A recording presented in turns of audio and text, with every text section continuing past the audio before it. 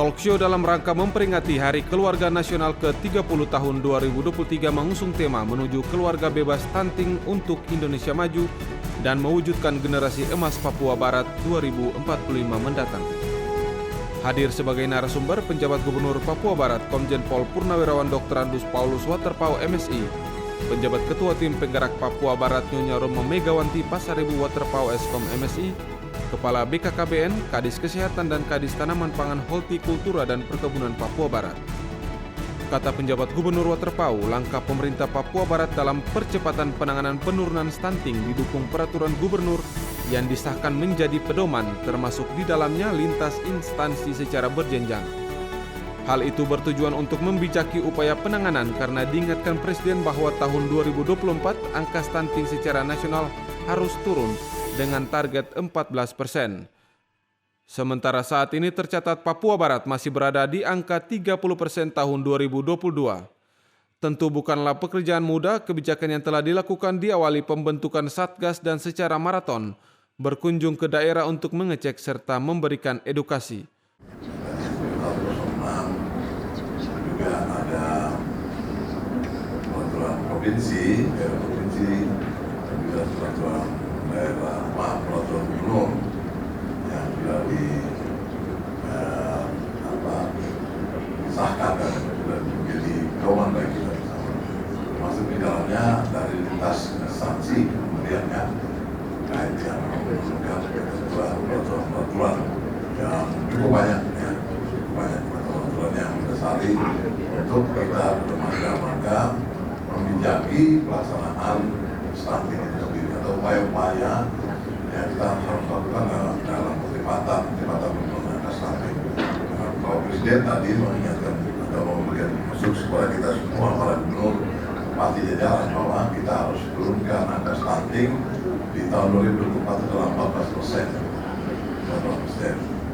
Nah, sehingga dengan angka 30% di tahun 2022 itu yang membuat evaluasi itu bukan dari provinsi ya, itu mungkin data dari kita, tetapi itu evaluasi dari pusat yang nanti sekitar bulan Juli sampai dengan September ini tim pusat akan turun lagi untuk tahun 2023.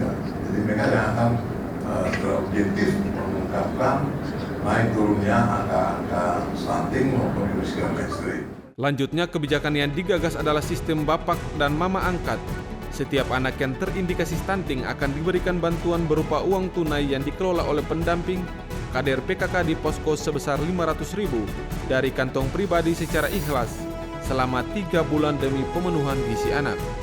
Tegasnya, itu di luar dari tanggung jawab pokok melalui 8 perangkat OPD yang membidangi urusan tersebut.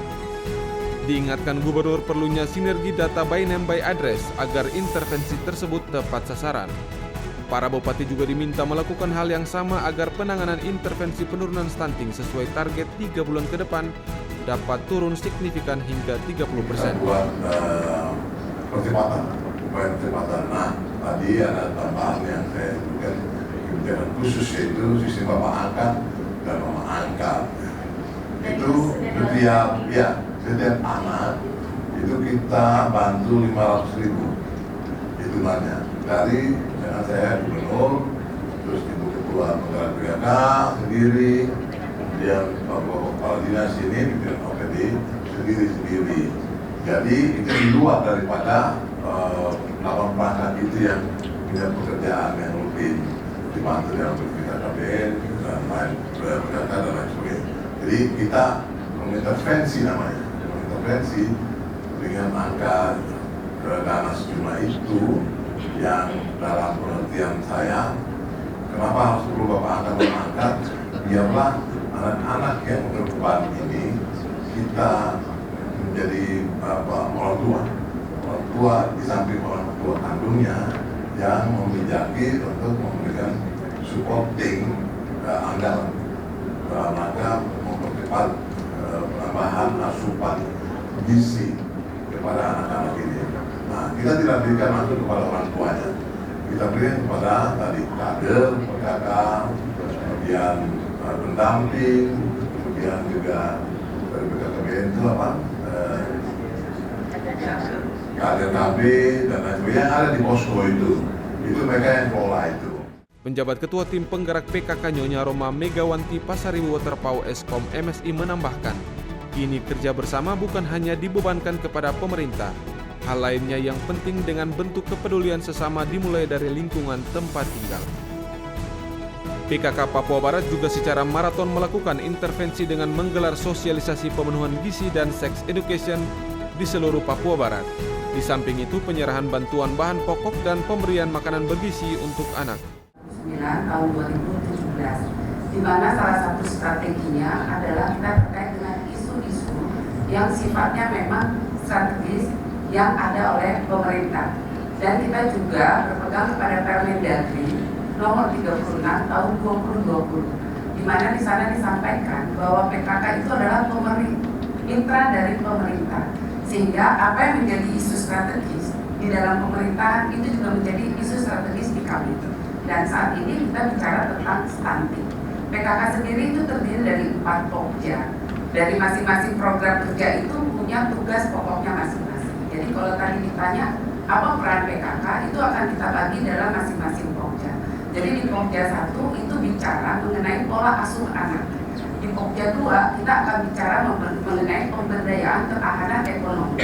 Di pokja 3 kita bicara mengenai pangan, sandang, dan seterusnya. Sementara pokja 4 kita bicara kesehatannya.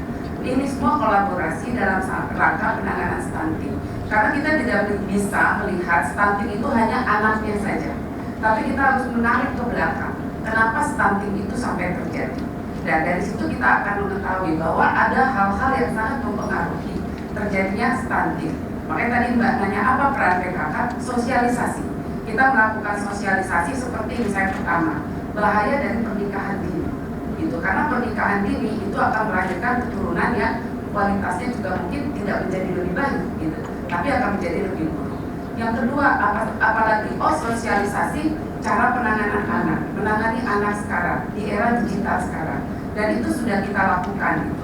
Dalam rangka tadi disampaikan oleh Pak PJ Gubernur, dalam rangka intervensi stunting ke kabupaten, kami PKK mendampingi di situ dan kami juga melakukan sosialisasi. Hal senada disampaikan Kepala Kantor Perwakilan BKKBN Papua Barat, Pilmona Yarolo, mengajak kerja bersama, bangun komitmen, serta kolaborasi pemerintah dan Forkopimda untuk mempersiapkan generasi emas Indonesia 2045 mulai dari sekarang. Baik, dari kami BKKBN selaku instansi vertikal, mari kita kerja bersama, bangun komitmen, sinergitas, kolaborasi dengan semua lintas sektor, baik pemerintah dan seluruh stakeholder yang ada, tokoh agama, tokoh masyarakat, tokoh perempuan, termasuk keluarga-keluarga yang ada di Provinsi Papua Barat, untuk kita bekerja bersama untuk mempersiapkan generasi kita, generasi yang sehat, generasi yang cerdas, generasi yang unggul, produktif di tahun 2045, mulai dari sekarang. Cegah stunting itu penting. Kepala Dinas Tanaman Pangan, Hortikultura dan Perkebunan Papua Barat, Dr. Yaakob Ponataba menyarankan kepada masyarakat untuk memanfaatkan lahan tersedia guna bercocok tanam dalam mendukung pemenuhan gizi serta menjaga lingkungan hidup yang sehat dan bersih. Dinas Teknis menyarankan kepada seluruh masyarakat untuk mari kita memanfaatkan lahan yang tersedia untuk menyiapkan sumber bahan pangan yang bergizi. Jadi seperti sayuran, kacang-kacangan, ikan, daging, telur, susu. Kemudian mari menjaga lingkungan hidup yang sehat dan bersih. Kemudian juga tadi menyangkut pemanfaatan lahan untuk meningkatkan pendapatan dari masing-masing keluarga. Demikian. Kepala Dinas Kesehatan Papua Barat Otto Parorongan mengingatkan tenaga medis untuk setia dan tulus memberikan pelayanan kepada masyarakat. Selain itu dengan kepemimpinan kuat Gubernur dengan menggerakkan tokoh masyarakat, dunia usaha, tokoh perempuan, optimis target penurunan stunting dapat terrealisasi. Baik, terima kasih. Saya mengharapkan kepada seluruh tenaga kesehatan agar melayani dengan setia, melayani dengan kasih anak-anak kita di seluruh Provinsi Papua Barat. Dan saya yakin dengan kepemimpinan yang kuat dari Bapak Gubernur yang mampu menggerakkan, yang pemerintah, yang mampu menggerakkan tokoh-tokoh masyarakat, yang mampu menggerakkan swasta dan dunia usaha, menggerakkan organisasi perempuan. Saya yakin dan saya yakinnya bahwa 14% itu kita bisa capai tahun depan, bahkan di bawah itu. Dari Kabupaten Manokwari, Media Diskominfo, Papua Barat melaporkan.